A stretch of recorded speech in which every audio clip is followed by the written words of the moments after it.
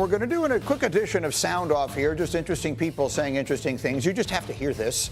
This was Terry Bradshaw talking about Aaron Rodgers potentially joining Terry's old team, the Pittsburgh Steelers. Just listen.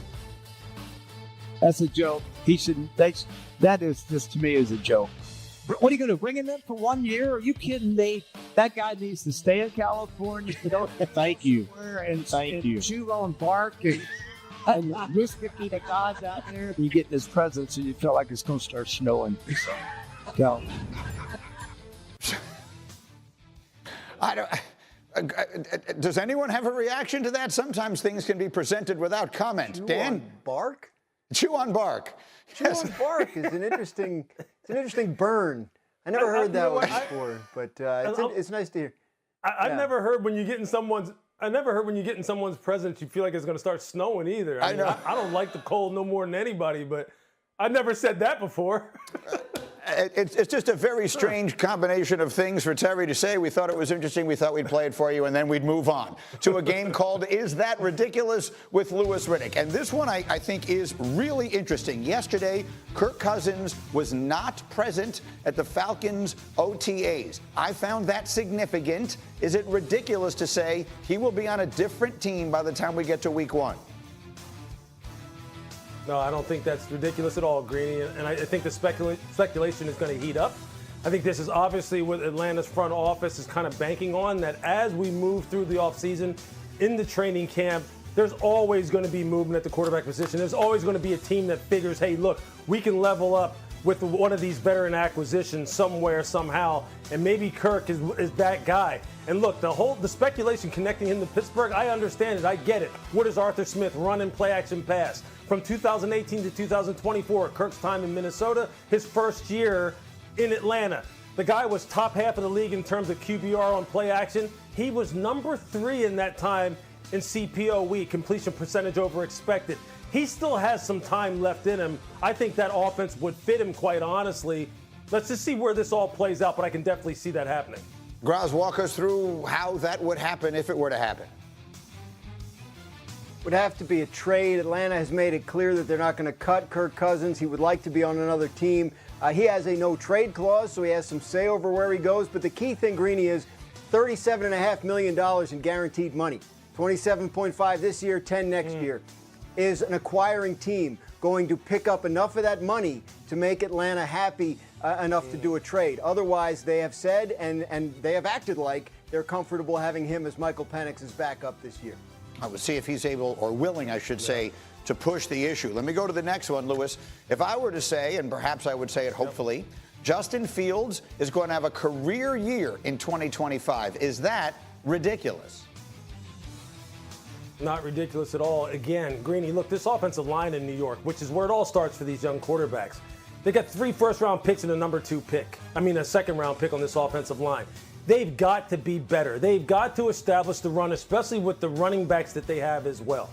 And look, Tanner Engstrand, the new offensive coordinator, and we said it before, it's staring him right in the face as far as what, philosophically the approach should be for this team. Quarterback run, feature the running backs, lean on this offensive line, play action pass. So could Justin Fields have a career year which would primarily be comprised of 20-plus touchdown passes, 3K plus in passing yards, 800 plus in rushing yards? I absolutely could see it happening. And that would be a career year for him. I don't see why, if this team stays on the field in terms of everyone staying healthy, that Justin can't have that kind of year. All right, I like the way you're thinking. Let me skip to the last one here because I want to have plenty of time for this. You and I spent a lot of the draft talking about Shedeur Sanders. If I were to say he is going to be the starter for Cleveland by week 6, is that ridiculous? It's not ridiculous, although that's a start on the road in Pittsburgh. It's not ridiculous, but if they're looking to really set him up, I see it's a week 7. I think week 7's a home game for Cleveland against the Miami Dolphins. That really seems ideal. I know we're splitting hairs. Week 6, week 7, what the hell's the difference? Look, I wouldn't be shocked to see Shedeur Sanders in a true competition wind up winning the starting job coming out of training camp. I don't see that being ridiculous either. If you were to make that the stipulation of this segment. Look, I'm a believer in the guy. I'm a believer in his talent. I'm a believer in his makeup. I'm a believer in his football horsepower. I think he has as good a chance as any to surprise everyone as far as the people who are naysayers. You see their first 6 games this year. Graziano, I'm going to make a prediction here, and you're our insider extraordinaire on the show. I am predicting that when we get into training camp, we're going to start hearing from you. Everyone I'm talking to people in Cleveland, they're so pleasantly surprised with how good he looks, how he's picking up the offense. Oh, all of a sudden, they're very enthusiastic about what they're seeing. Oh, he's going to get into a preseason game. He's going to look great. I stake my reputation as an evaluator, Dan, of which I have absolutely none, that Shedeur Sanders is going to prove some of us right and everyone else wrong and become the starting quarterback in Cleveland. What do you think, Danny? 100% possible. This is a wide open competition. If the Browns had to play this week, the starter would probably be Joe Flacco by default. He has the most experience. But this is a wide open 4-way competition. Joe Flacco, Kenny Pickett, Dylan Gabriel, Shedeur Sanders. If Shedeur Sanders is the best guy out of those 4, if they get to the end of training camp and they feel like he's the guy that gives them the best chance to win their week 1 game, then I believe he will be the starter. This is what's beautiful about this. All the evaluations now from the outside folks are out the window, whether it's Lewis or you, Greeny, or Mel Kiper or whoever. Now we get to find out. It's going to be merit-based. If he's the best guy, he will play. Cleveland has set it up that way, and the fact that they drafted him where they did means that there's nothing that will trump that. It will be a true meritocracy, and he'll play if he's the best one. Yeah, I mean, they literally drafted another quarterback a round ahead of him. So we will see. Again, I have no reputation whatsoever as an evaluator like Louis Riddick does, and yet I'm willing to stake it on the fact that Shedeur Sanders is going to wind up being the player that Mel and Louis thought he was going to be. Connor, but still surprised. ESPN's FPI has the Cowboys with a 30% chance to make the playoffs. Let me put this in perspective. That is the 4th worst of any team in the NFC. They're saying the only teams in the NFC worse than Dallas are the Panthers, the Saints, and the Giants. Dan, are you buying the Cowboys being that level of bad? I am not. I'm selling this. Now, look, I see where they're coming from because the 2 teams that were in the NFC Championship game are in Dallas's division. So they're not saying the only 3 teams that are worse than Dallas are those 3. They're saying that's the teams that have the less chance to make the playoffs.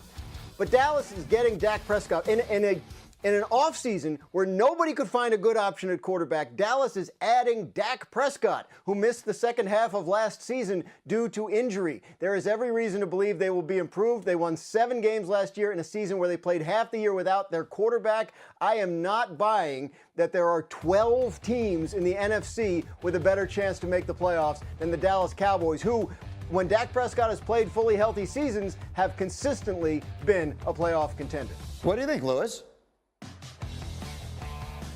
Yeah, this is a tricky one for me, man, because I think I've said before that I think Dallas, look, I don't believe they're going to win the division. I think they're the 3rd best in the East. And look, obviously we talked about the North, and we just talked about the West and how it looks with the Rams. Like this is touch and go with me. I think they're going to be right on the cusp. Quite honestly, I think the key is this. Obviously, Dak's availability is key. Him playing 16, 17 games has to be a certainty, I think, in order for them to be a playoff team. And quite honestly, the Tyler brothers on their offensive line, Tyler Guyton, Tyler Smith, Tyler Booker, all those offensive linemen who are studs, they have to all pan out, and they got to be able to own the line of scrimmage. If they can do those, if they can get those 2 things going for them, Dak stays healthy, the offensive line becomes like some kind of semblance of what it used to be like when you played the Dallas Cowboys, which was you knew you were in for a beatdown with their physicality up front. Then